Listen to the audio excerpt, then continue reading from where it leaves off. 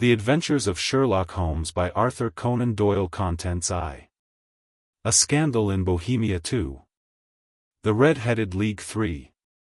A Case of Identity 4. The Boscombe Valley Mystery v. The 5 Orange Pips 6. The Man with the Twisted Lips 7. The Adventure of the Blue Carbuncle 8. The Adventure of the Speckled Band 9. The Adventure of the Engineer's Thumb X. The Adventure of the Noble Bachelor 11. The Adventure of the Beryl Coronet 12. The Adventure of the Copper Beeches I. A Scandal in Bohemia I. To Sherlock Holmes she is always _ the woman. I have seldom heard him mention her under any other name. In his eyes she eclipses and predominates the whole of her sex. It was not that he felt any emotion akin to love for Irene Adler. All emotions, and that one particularly, were abhorrent to his cold, precise but admirably balanced mind. He was, I take it, the most perfect reasoning and observing machine that the world has seen, but as a lover he would have placed himself in a false position. He never spoke of the softer passions, save with a jibe and a sneer. They were admirable things for the observer, excellent for drawing the veil from men's motives and actions. But for the trained reasoner to admit such intrusions into his own delicate and finely adjusted temperament was to introduce a distracting factor which might throw a doubt upon all his mental results. Grit in a sensitive instrument, or a crack in one of his own high-power lenses, would not be more disturbing than a strong emotion in a nature such as his. And yet there was but one woman to him, and that woman was the late Irene Adler, of dubious and questionable memory. I had seen little of Holmes lately. My marriage had drifted us away from each other. My own complete happiness, and the home-centered interests which rise up around the man who first finds himself master of his own establishment, were sufficient to absorb all my attention, while Holmes, who loathed every form of society with his whole Bohemian soul, remained in our lodgings in Baker Street, buried among his old books, and alternating from week to week between cocaine and ambition, the drowsiness of the drug, and the fierce energy of his own keen nature. He was still, as ever, deeply attracted by the study of crime, and occupied his immense faculties and extraordinary powers of observation in following out those clues, and clearing up those mysteries which had been abandoned as hopeless by the official police. From time to time I heard some vague account of his doings, of his summons to Odessa in the case of the Trepoff murder, of his clearing up of the singular tragedy of the Atkinson brothers at Trincomalee, and finally of the mission which he had accomplished so delicately and successfully for the reigning family of Holland. Beyond these signs of his activity, however, which I merely shared with all the readers of the daily press, I knew little of my former friend and companion. One night, it was on the 20th of March, 1888, I was returning from a journey to a patient, for I had now returned to civil practice, when my way led me through Baker Street. As I passed the well-remembered door, which must always be associated in my mind with my wooing, and with the dark incidents of the study in scarlet, I was seized with a keen desire to see Holmes again, and to know how he was employing his extraordinary powers. His rooms were brilliantly lit, and, even as I looked up, I saw his tall, spare figure pass twice in a dark silhouette against the blind. He was pacing the room swiftly, eagerly, with his head sunk upon his chest and his hands clasped behind him.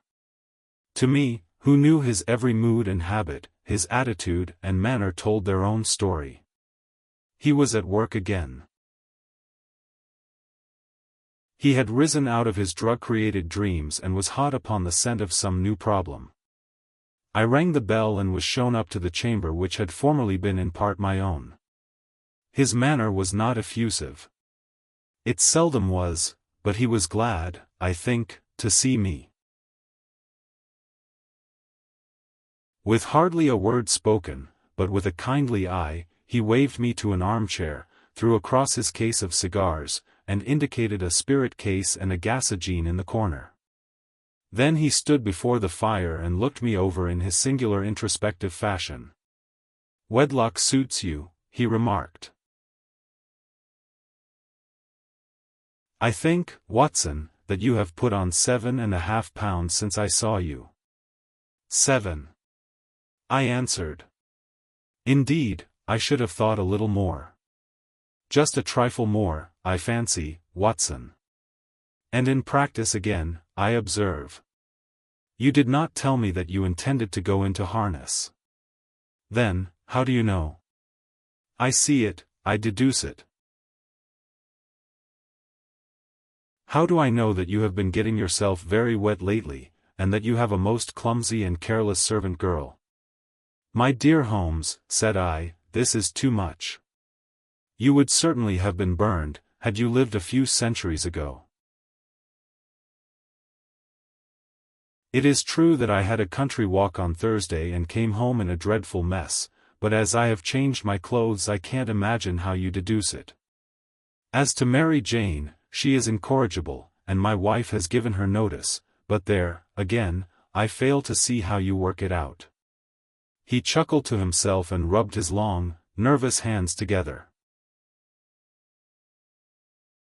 "It is simplicity itself," said he. "My eyes tell me that on the inside of your left shoe, just where the firelight strikes it, the leather is scored by 6 almost parallel cuts. Obviously they have been caused by someone who has very carelessly scraped round the edges of the sole in order to remove crusted mud from it.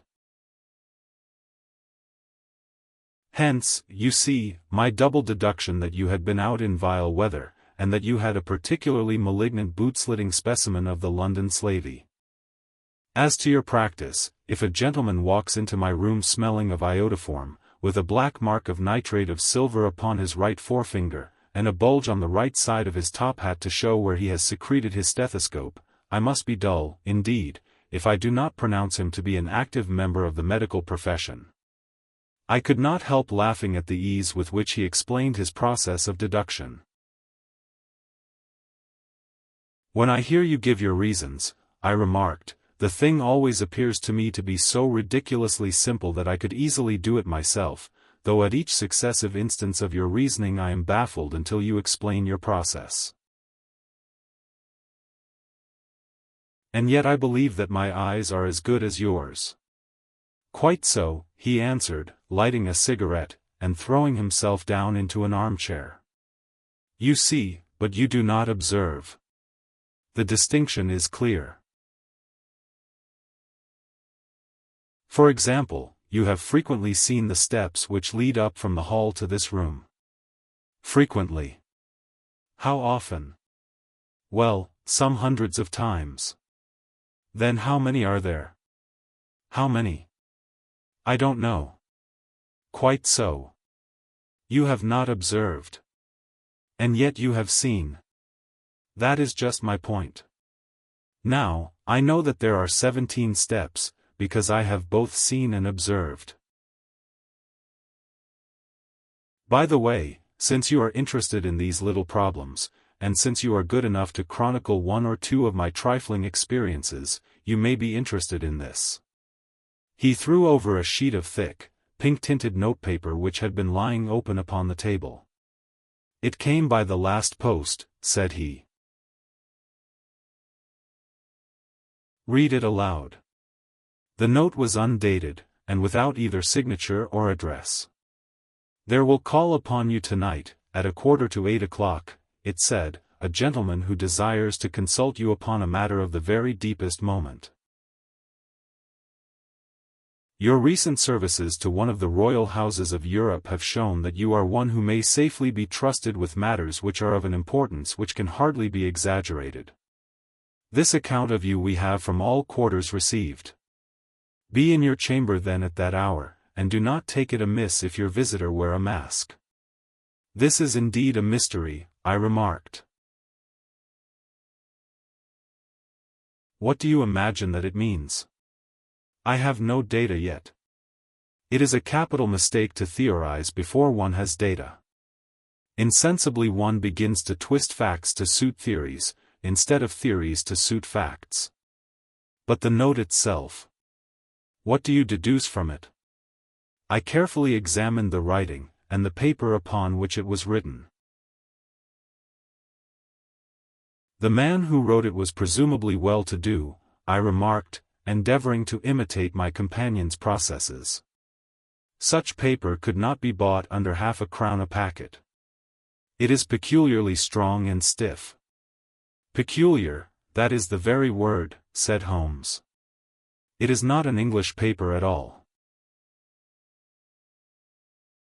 Hold it up to the light.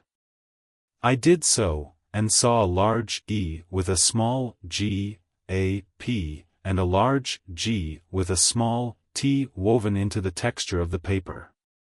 What do you make of that? Asked Holmes. The name of the maker, no doubt, or his monogram, rather. Not at all. The G with the small t stands for Gesellschaft, which is the German for company. It is a customary contraction like our P, of course, stands for papier. Now for the e.g. Let us glance at our Continental Gazetteer. He took down a heavy brown volume from his shelves. Iglo, Eglinitz, here we are, Igria. It is in a German-speaking country, in Bohemia, not far from Carlsbad. Remarkable as being the scene of the death of Wallenstein, and for its numerous glass factories and paper mills. Ha, my boy, what do you make of that? His eyes sparkled, and he sent up a great blue triumphant cloud from his cigarette. The paper was made in Bohemia, I said. Precisely. And the man who wrote the note is a German. Do you note the peculiar construction of the sentence? This account of you we have from all quarters received. A Frenchman or Russian could not have written that. It is the German who is so uncourteous to his verbs. It only remains, therefore, to discover what is wanted by this German who writes upon Bohemian paper and prefers wearing a mask to showing his face. And here he comes, if I am not mistaken, to resolve all our doubts. As he spoke there was the sharp sound of horses' hoofs and grating wheels against the curb, followed by a sharp pull at the bell. Holmes whistled. A pair, by the sound, said he. Yes, he continued, glancing out of the window. A nice little brougham and a pair of beauties. 150 guineas apiece. There's money in this case, Watson, if there is nothing else. I think that I had better go, Holmes.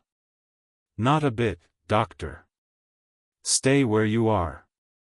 I am lost without my Boswell. And this promises to be interesting. It would be a pity to miss it. But your client, never mind him. I may want your help, and so may he. Here he comes.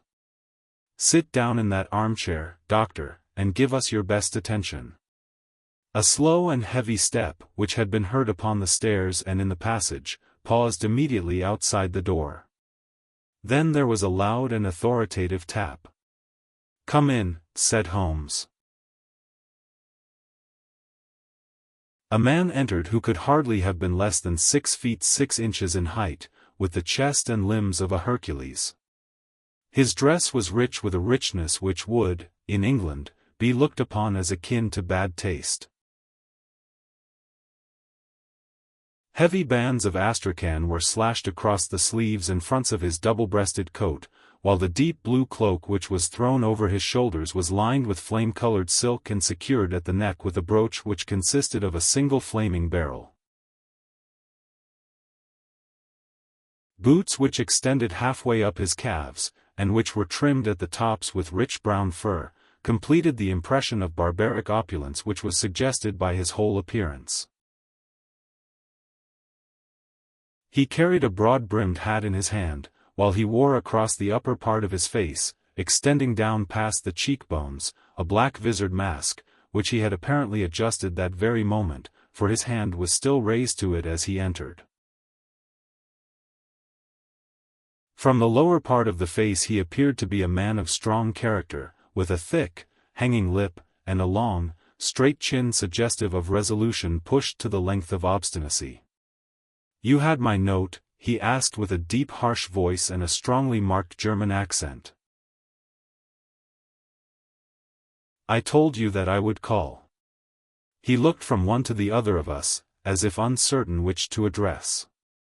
"Pray take a seat," said Holmes. "This is my friend and colleague, Dr. Watson, who is occasionally good enough to help me in my cases. Whom have I the honor to address?" "You may address me as the Count von Kram, a Bohemian nobleman. I understand that this gentleman, your friend, is a man of honor and discretion, whom I may trust with a matter of the most extreme importance. If not, I should much prefer to communicate with you alone." I rose to go, but Holmes caught me by the wrist and pushed me back into my chair. "It is both, or none," said he. "You may say before this gentleman anything which you may say to me." The Count shrugged his broad shoulders. "Then I must begin," said he, "by binding you both to absolute secrecy for 2 years. At the end of that time the matter will be of no importance. At present it is not too much to say that it is of such weight it may have an influence upon European history." "I promise," said Holmes. "And I." "You will excuse this mask," continued our strange visitor. "The august person who employs me wishes his agent to be unknown to you, and I may confess at once that the title by which I have just called myself is not exactly my own." "I was aware of it," said Holmes dryly. "The circumstances are of great delicacy, and every precaution has to be taken to quench what might grow to be an immense scandal and seriously compromise one of the reigning families of Europe. To speak plainly, the matter implicates the great house of Ormstein, hereditary kings of Bohemia." "I was also aware of that," murmured Holmes, settling himself down in his armchair and closing his eyes. Our visitor glanced with some apparent surprise at the languid, lounging figure of the man who had been no doubt depicted to him as the most incisive reasoner and most energetic agent in Europe. Holmes slowly reopened his eyes and looked impatiently at his gigantic client. "If your Majesty would condescend to state your case," he remarked, "should be better able to advise you." The man sprang from his chair and paced up and down the room in uncontrollable agitation. Then, with a gesture of desperation, he tore the mask from his face and hurled it upon the ground. "You are right," he cried, "I am the king. Why should I attempt to conceal it?" "Why, indeed," murmured Holmes. "Your Majesty had not spoken before I was aware that I was addressing Wilhelm Gottsreich Sigismund von Ormstein, Grand Duke of Kassel-Felstein, and hereditary King of Bohemia. But you can understand," said our strange visitor, sitting down once more and passing his hand over his high white forehead, "you can understand that I am not accustomed to doing such business in my own person. Yet the matter was so delicate that I could not confide it to an agent without putting myself in his power. I have come incognito from Prague for the purpose of consulting you." "Then, pray consult," said Holmes, shutting his eyes once more. "The facts are briefly these. Some 5 years ago, during a lengthy visit to Warsaw, I made the acquaintance of the well-known adventuress, Irene Adler. The name is no doubt familiar to you. Kindly look her up in my index, doctor," murmured Holmes without opening his eyes. For many years he had adopted a system of docketing all paragraphs concerning men and things, so that it was difficult to name a subject or a person on which he could not at once furnish information. In this case I found her biography sandwiched in between that of a Hebrew rabbi and that of a staff commander who had written a monograph upon the deep-sea fishes. "Let me see," said Holmes. Born in New Jersey in the year 1858. Contralto, La Scala, Prima donna Imperial Opera of Warsaw, yes.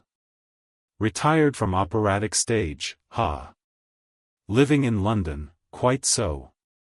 Your Majesty, as I understand, became entangled with this young person, wrote her some compromising letters, and is now desirous of getting those letters back. Precisely so. But how? Was there a secret marriage? None. No legal papers or certificates? None. Then I fail to follow your Majesty. If this young person should produce her letters for blackmailing or other purposes, how is she to prove their authenticity? There is the writing. Pooh. Forgery. My private notepaper. Stolen. My own seal. Imitated. My photograph. Bought. We were both in the photograph. Oh, dear. That is very bad. Your Majesty has indeed committed an indiscretion. I was mad, insane. You have compromised yourself seriously. I was only Crown Prince then. I was young. I am but 30 now. It must be recovered. We have tried and failed. Your Majesty must pay. It must be bought. She will not sell. Stolen, then. 5 attempts have been made. Twice burglars in my pay ransacked her house. Once we diverted her luggage when she traveled. Twice she has been waylaid. There has been no result. No sign of it? Absolutely none. Holmes laughed. It is quite a pretty little problem, said he. But a very serious one to me, returned the king reproachfully. Very, indeed. And what does she propose to do with the photograph? To ruin me. But how? I am about to be married. So I have heard. To Clotilde Lothman von Saxe-Meiningen, second daughter of the King of Scandinavia. You may know the strict principles of her family.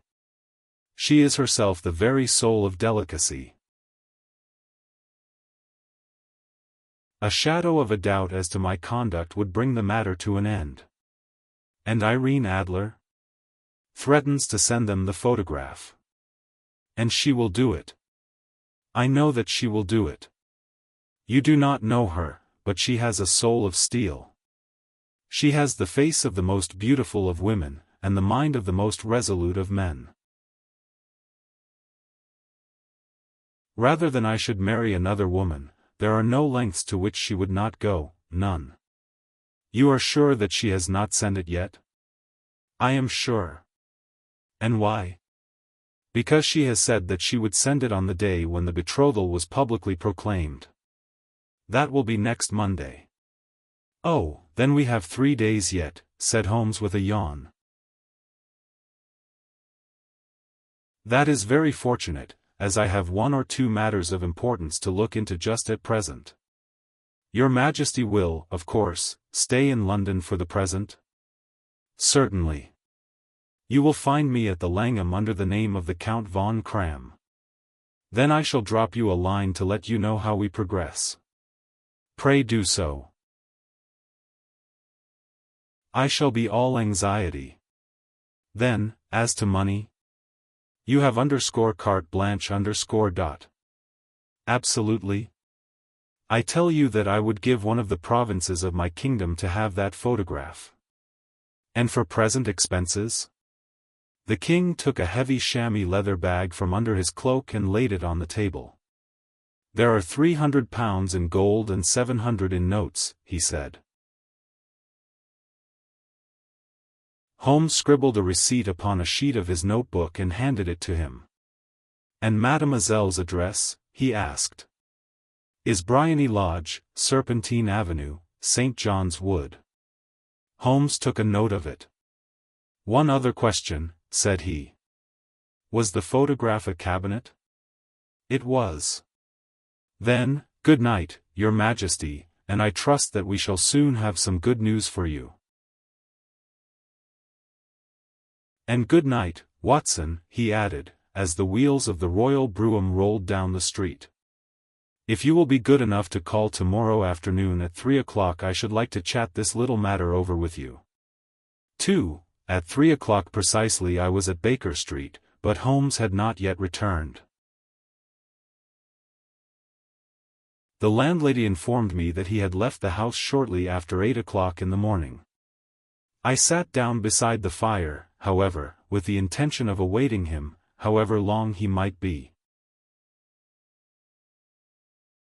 I was already deeply interested in his inquiry, for, though it was surrounded by none of the grim and strange features which were associated with the two crimes which I have already recorded, still, the nature of the case and the exalted station of his client gave it a character of its own. Indeed, apart from the nature of the investigation which my friend had on hand, there was something in his masterly grasp of a situation, and his keen, incisive reasoning, which made it a pleasure to me to study his system of work, and to follow the quick, subtle methods by which he disentangled the most inextricable mysteries. So accustomed was I to his invariable success that the very possibility of his failing had ceased to enter into my head. It was close upon 4 before the door opened, and a drunken-looking groom, ill-kempt and side-whiskered, with an inflamed face and disreputable clothes, walked into the room. Accustomed as I was to my friend's amazing powers in the use of disguises, I had to look 3 times before I was certain that it was indeed he. With a nod he vanished into the bedroom, whence he emerged in 5 minutes tweed-suited and respectable, as of old. Putting his hands into his pockets, he stretched out his legs in front of the fire and laughed heartily for some minutes. "Well, really," he cried, and then he choked and laughed again until he was obliged to lie back, limp and helpless, in the chair. "What is it? It's quite too funny. I am sure you could never guess how I employed my morning, or what I ended by doing. I can't imagine. I suppose that you have been watching the habits, and perhaps the house, of Miss Irene Adler." "Quite so, but the sequel was rather unusual. I will tell you, however. I left the house a little after 8 o'clock this morning in the character of a groom out of work. There is a wonderful sympathy and freemasonry among horsey men. Be one of them, and you will know all that there is to know. I soon found Briony Lodge. It is A_bijou_villa, with a garden at the back, but built out in front right up to the road, 2 stories. Chubb lock to the door. Large sitting room on the right side, well furnished, with long windows almost to the floor, and those preposterous English window fasteners which a child could open. Behind there was nothing remarkable, save that the passage window could be reached from the top of the coach-house. I walked round it and examined it closely from every point of view, but without noting anything else of interest. I then lounged down the street and found, as I expected, that there was a mews in a lane which runs down by one wall of the garden. I lent the ostlers a hand in rubbing down their horses, and received in exchange 2d, a glass of half and half, 2 fills of shag tobacco, and as much information as I could desire about Miss Adler, to say nothing of half a dozen other people in the neighborhood in whom I was not in the least interested, but whose biographies I was compelled to listen to. "And what of Irene Adler?" I asked. "Oh, she has turned all the men's heads down in that part. She is the daintiest thing under a bonnet on this planet. So say the Serpentine Muse, to a man. She lives quietly, sings at concerts, drives out at 5 every day, and returns at 7 sharp for dinner. Seldom goes out at other times, except when she sings. Has only one male visitor, but a good deal of him. He is dark, handsome, and dashing, never calls less than once a day, and often twice. He is a Mr. Godfrey Norton, of the Inner Temple. See the advantages of a cabman as a confidant. They had driven him home a dozen times from Serpentine Mews, and knew all about him. When I had listened to all they had to tell, I began to walk up and down near Bryony Lodge once more, and to think over my plan of campaign. This Godfrey Norton was evidently an important factor in the matter. He was a lawyer. That sounded ominous. What was the relation between them, and what the object of his repeated visits? Was she his client, his friend, or his mistress? If the former, she had probably transferred the photograph to his keeping. If the latter, it was less likely. On the issue of this question depended whether I should continue my work at Bryony Lodge, or turn my attention to the gentlemen's chambers in the Temple. It was a delicate point, and it widened the field of my inquiry. I fear that I bore you with these details, but I have to let you see my little difficulties, if you are to understand the situation. I am following you closely, I answered. I was still balancing the matter in my mind when a hansom cab drove up to Bryony Lodge, and a gentleman sprang out. He was a remarkably handsome man, dark, aquiline, and mustached, evidently the man of whom I had heard. He appeared to be in a great hurry, shouted to the cabman to wait, and brushed past the maid who opened the door with the air of a man who was thoroughly at home. He was in the house about half an hour, and I could catch glimpses of him in the windows of the sitting room, pacing up and down, talking excitedly, and waving his arms. Of her I could see nothing. Presently he emerged, looking even more flurried than before. As he stepped up to the cab, he pulled a gold watch from his pocket and looked at it earnestly. "Drive like the devil," he shouted, "first to Gross and Henke's in Regent Street, and then to the Church of St. Monica in the Edgware Road. Half a guinea if you do it in 20 minutes. Away they went, and I was just wondering whether I should not do well to follow them when up the lane came a neat little landau, the coachman with his coat only half buttoned, and his tie under his ear, while all the tags of his harness were sticking out of the buckles. It hadn't pulled up before she shot out of the hall door and into it. I only caught a glimpse of her at the moment, but she was a lovely woman, with a face that a man might die for. "The Church of St. Monica, John," she cried, "and half a sovereign if you reach it in 20 minutes. This was quite too good to lose, Watson. I was just balancing whether I should run for it, or whether I should perch behind her landau when a cab came through the street. The driver looked twice at such a shabby fare, but I jumped in before he could object. "The Church of St.